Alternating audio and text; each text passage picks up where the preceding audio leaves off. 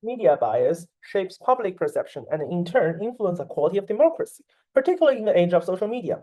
Our research explores how media sources frame news differently and how machine learning models can classify ideology bias, left, neutral, and right.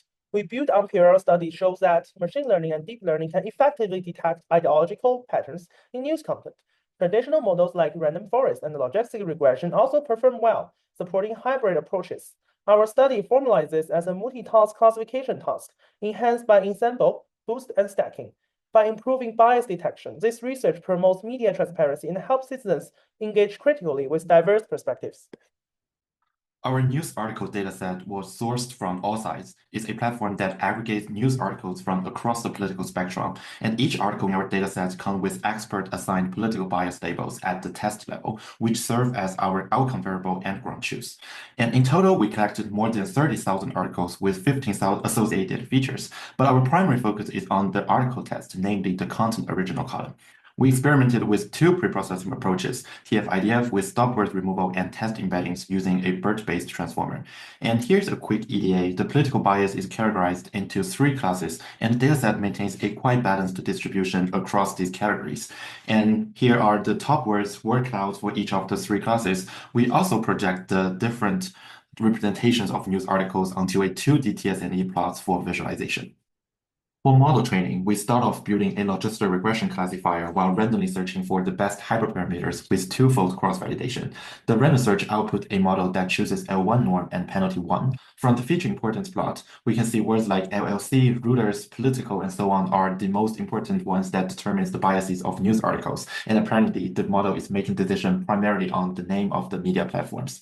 And the Lasso reduced model with the best parameters is able to slightly improve the model performance in terms of accuracy and F1 score compared to the baseline for model, both from 0.75 to 0.78.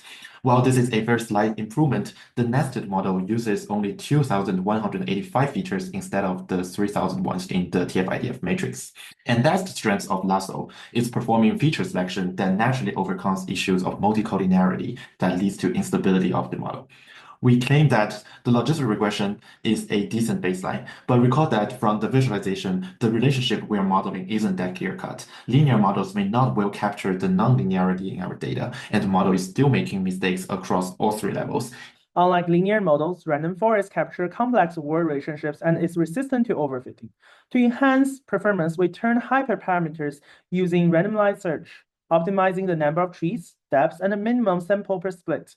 After turning, accuracy improved to 80.3% with stronger recall for right-leaning classifications. However, precision for right-leaning labels remained low, indicating mixed classification. The confusion metrics reveal that the model struggles with overlapping language features, particularly between center and right. While the model achieved high overall accuracy and balanced precision, its low precision for right-leaning text is a key drawback.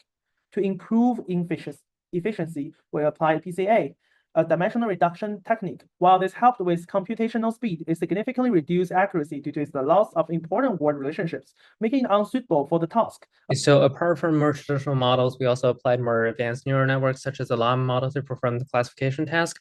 We used the Q-LoRa method to fine-tune our model, and we found that the balance of LoRa rank and the batch size actually make a difference. We found that a balance is achieved at a rank of 16 and a batch size of 4, where the model performs the best, with an accuracy of 94% and F1 accuracy of 95%. So what we have here is a model that performed really good, but we also found that the model has 72 error examples. And here is an example of a Riotous article criticizing the CDC for focusing too much on vaping, which was misclassified as left-leaning by the model. And we can see that the model was focusing too much on the green tokens, which are the Surgeon General, Jeremy, and the COVID-19, which was defined as a very bad thing by the article. So the model was kind of focusing on some of the noise in the article, but not capturing the general meaning of the article. So maybe a model with larger or more parameters might do a better job at this. And we also applied our llama model to classify news in the wild. And we performed the classification on 10K samples collected from ground news. And we can see that the llama model was kind of skewed to the right. It did very good classification with some of the news outlet articles, which you can see from the bottom that it did two news outlets very good by classifying the articles and aligning the article distribution with the news outlets bias, but also did kind of a bad job with some others, such as the South China Morning Post on the right. And we was kind of skeptical about the llama performance and the data set itself that it's trained on, so we also prompted DeepSeek to have DeepSeek label some of the articles and compare the two models' labels. And we found out the two models only had a Cohen kappa score of 0.15, which is only a slight agreement. So we found that maybe the llama model wasn't trained on such a perfect data set, or probably the DeepSeek was too leaning to the left. So we would definitely need more human labels to further fine-tune our models and evaluate our models to see if the two models were performing good or bad. To summarize, for the task of political bias classification in news articles, we trained 5 different models, putting all of them on a single classification report on the overall performance. We can see that the fine-tuned llama is a clear winner. It reaches scores about 0.94 across all metrics. And logistic regression and random forest are somewhat comparable, with an overall accuracy and weighted F1 score around 0.78 and 0.8, which are far better than random guess. And the stacking method that combines both logistic regression and random forest slightly outperforms over traditional single ML models, reaching a 0.81 accuracy because it benefits from combining multiple classifiers. And for the neural networks we experimented, the transformer-based Roberta scores quite low on all of the matrix, and even surprisingly worse than the baseline models.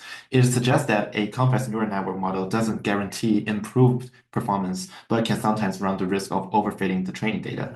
And when we look at a per class level performance by F1 score, our previous conclusion still holds. The fine-tuned llama remains the best classifier across all levels. And our study confirms that news article test can be used to predict article level political bias. And while the data we are dealing with isn't perfect, it relies heavily on source level biases. So future works can experiment with large language models for label creation and semi-supervised learning for more reliable labels.